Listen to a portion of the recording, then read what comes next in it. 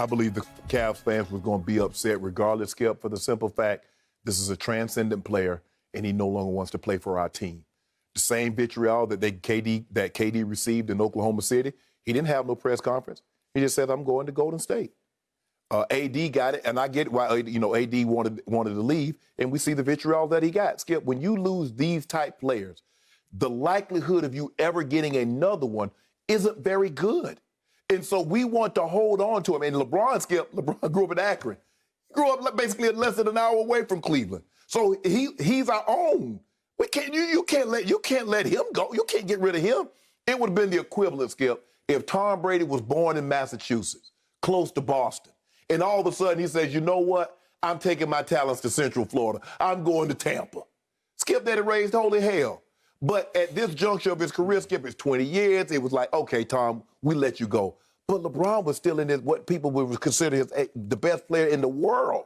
And he don't want to be one on my team anymore. Skip, he raised $2 million. He gave the players empowerment, because before this, players wasn't moving like this. Even Shaq, when Shaq left Orlando, we didn't have the social media. People was upset.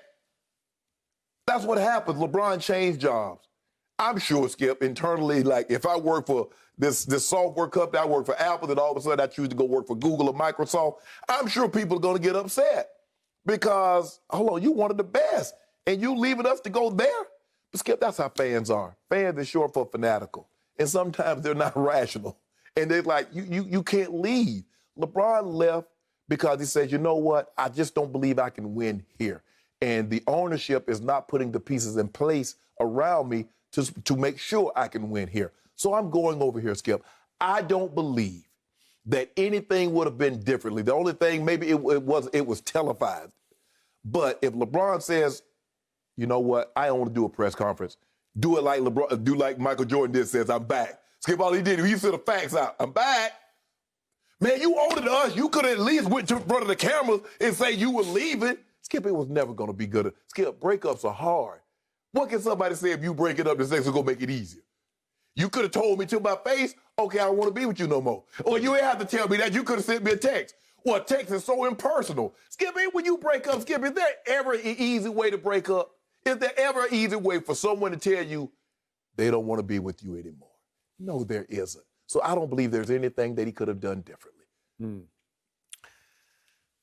Quick point of order. I think most Patriot fans knew that Belichick was pushing Brady out the back door. They knew that 2 years before he wanted to go forward with Jimmy Garoppolo, and that the owner overruled and said, no, you're going to stick with Tom. What if he had done that? What if he had done that in, say, 2007? Okay, but he didn't. That's what I'm saying. Okay. So we know the vitriol that would have came with that. All right. You can check the ESPN tapes on this. You can see what I said the next day. I had absolutely no problem with LeBron James announcing his choice in a national TV special. Right. I thought it was pretty cool, actually. And it was fun, and it was edge of seat, and to the last second, I wasn't completely sure. I wasn't either. I'm like, damn, it seems like he might be going back. Okay, so I know Chris Broussard, our man here, was all over it for ESPN, and he thought it was going to be Miami, but he wasn't completely sure. Right. So neither was I, and it was high drama, and it was captivating, and it was memorable because we're still talking about it these many years later. Right. And I also had absolutely no problem with the choice that he made to leave Cleveland and join forces with Dwayne Wade and Chris Bosh in Miami. LeBron was struggling in Cleveland. He didn't have quite enough help, but he needed a big brother figure in Dwayne, whom he trusted, to teach him how to win a championship. And Dwayne did that. It took a couple of years, but he did it. And LeBron needed to be in a new place with a new supporting cast and a Pat Riley and an Eric Spoelstra. It was great. It was a good choice by him. It was a great choice. And plus, Skip, by being with Pat, Skip, he got an opportunity to see how you build a team. This is how you do it, okay, at the highest level. Yes. Now, here's my problem. And I'm still to this day shocked that LeBron didn't see this and headed off at the pass. His first words as he announced his decision should have been to show deep compassion for the fans of Cleveland. His first words should have been, he should have gushed sympathy for Cleveland fans because he is from Akron. Right. And they did stand behind him. And they did love him to almost to death. You know, they were with him every step. And so his first words should have been something like, this is tearing me up to make this choice. This is tearing my heart out to leave my home area. And Cleveland fans and Cavs fans will always have the biggest place. Well, then I didn't know where he was going. Okay, well, as you say, you know, okay, but you need to let them down easy to start with. Right.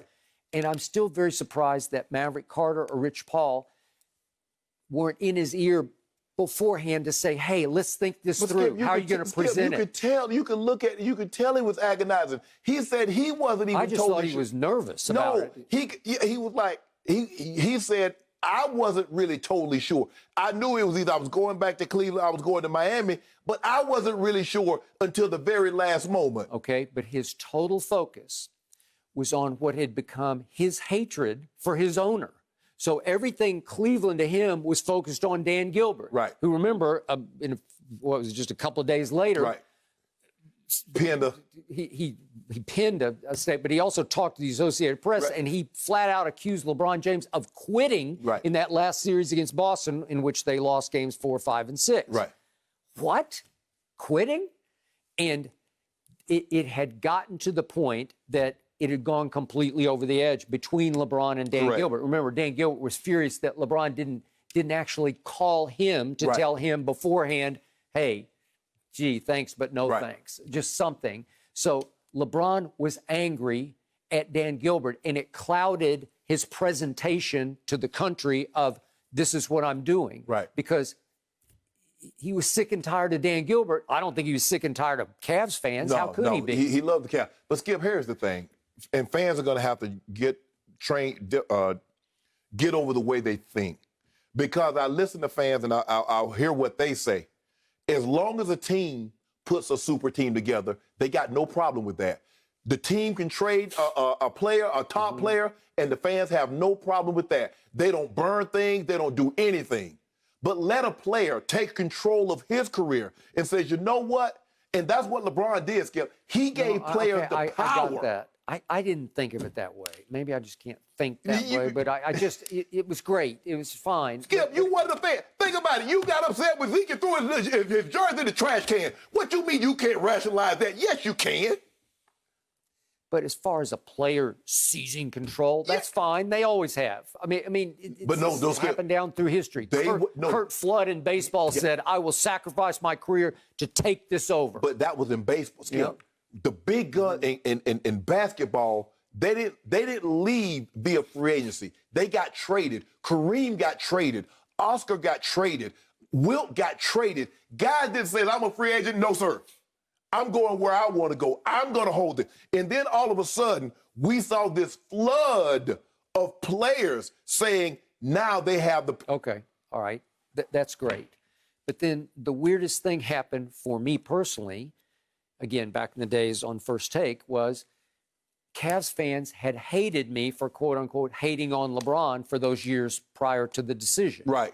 And all of a sudden, overnight, I'm seeing video. They made you a sympathetic figure. Well, they're burning his jersey. They're burning his jersey in the streets of Cleveland, in the bars. Yeah. They're setting his jersey on fire. Right. And the next day, they wanted to elect me mayor of Cleveland because they said, you were right all along.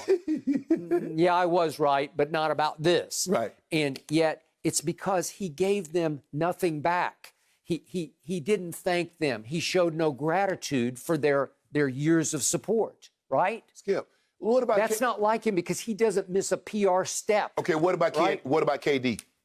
So why did they do what they did to KD? Okay. KD had just given $1 million for the hurricane relief that ravaged Oklahoma. Okay. He had just went out there personally. So what was that about KD? What did KD do wrong? KD has no PR feel whatsoever. He's anti-PR. He always says and does the wrong thing. KD is the guy who got voted the MVP by a bunch of basketball writers who then the next year at the All-Star game before in the day before the Friday. He dunked on y'all. He dunked on him. He said, y'all don't know, you know what about basketball. Wait a second. They just voted you the MVP. You're probably right. We should have gave the award to LeBron. Okay. But Skip, you know how fans are. But Kevin just doesn't have any sense. This guy is the greatest at saying the right thing and obviously doing the right thing. He was doing the right thing without first saying the right thing. Well, it just set the wrong tone. So yet he made it up to him. He went back and they won a championship. And he got a school there. Okay, He's done so much for the community. Okay, now all is well. But on that night, it was not well because he mishandled his presentation. Skip, short of him saying, I'm staying home, they were going to be upset. Skip, hell, people that didn't even have a chance, Chicago, and the Knicks, fans, they upset because he didn't go there. He wasn't going to you guys. Why you upset? Okay, but if you watch it back now, and we watched it, didn't they show it back in early pandemic or something? I know, I watched it recently. LeBron's nervous. It's awkward. Jim Gray, and he's great at what he does, but it felt awkward, like it was sort of unplanned and unscripted, and they're kind of chatting about the weather, and everybody's saying, well, where are you going? Right, we got to fill an hour. We don't sold the ad time, Skip. I can't just tell you where I'm going at the beginning, then everybody gonna go click, Skip. But LeBron was as nervous as I've ever seen him because he didn't know exactly how to present it. LeBron came into the NBA. It was easy. I ain't changing jobs. I'm still going to go play basketball. I'm just going to the NBA. Now, even though he's not changing jobs, he's changing teams. He's still doing the same job. I don't believe, and I could be wrong, short of LeBron saying, I'm staying home, the Cleveland fans were going to be upset. Skip, there's no easy way. If I don't want to get out of a relationship with you, there's no easy way if you tell me you don't want to be in a relationship with me. Okay. He basically said, Cleveland, I no longer want to be in a relationship with you. I want to go down to Miami and be in a relationship with the Heat. That's hard. And to see that man still doing that, just imagine, Skip, I break up, I'm leaving. One of us got to leave the town that we live in. I'm not going to see you walk around here with another dude. Especially when you cold-shouldered me as you presented it. Yes. You gave me nothing. I'm taking my talents to South Beach. We ain't cool. We not cool. That's just cold-blooded. It wasn't cold-blooded. It's because he hated the owner. Trust me. Well, I mean, he maybe should have got this a little out early. Alex, you over there laughing. I hear you. You know what I'm telling the truth, Alex. But I do. I mean, it's tough. You can't identify the owner with the fan. You know, you can't put him on the fans because they're very different. They are, Skip, but it's just hard for me to believe that there's any other way around it. Short of him saying, I'm staying, guys, I could never leave you guys. Well, it was a great choice that he made. Because the final point is, if he had stayed in Cleveland, do you think he ever wins a championship? If he just stayed there all the way through, he's not going to win a championship. Because you can't get you're not going to get Kyrie. No. Right? Okay. Just like KD was not going to be able to get other players to come to OKC. Yeah. And Giannis is probably not going to get anybody to come to Milwaukee, Skip. Okay. Giannis is going to probably have to bounce in order. And it's sad, but that's just the way it is. Got it. It is, and tough for Cleveland fans, but honestly, I think he made up for it by coming back and winning them a championship, so they're even. Yeah. It all even. You heard that, Skip? And then he, guess what? Bounced again and got another one. Everybody get another one.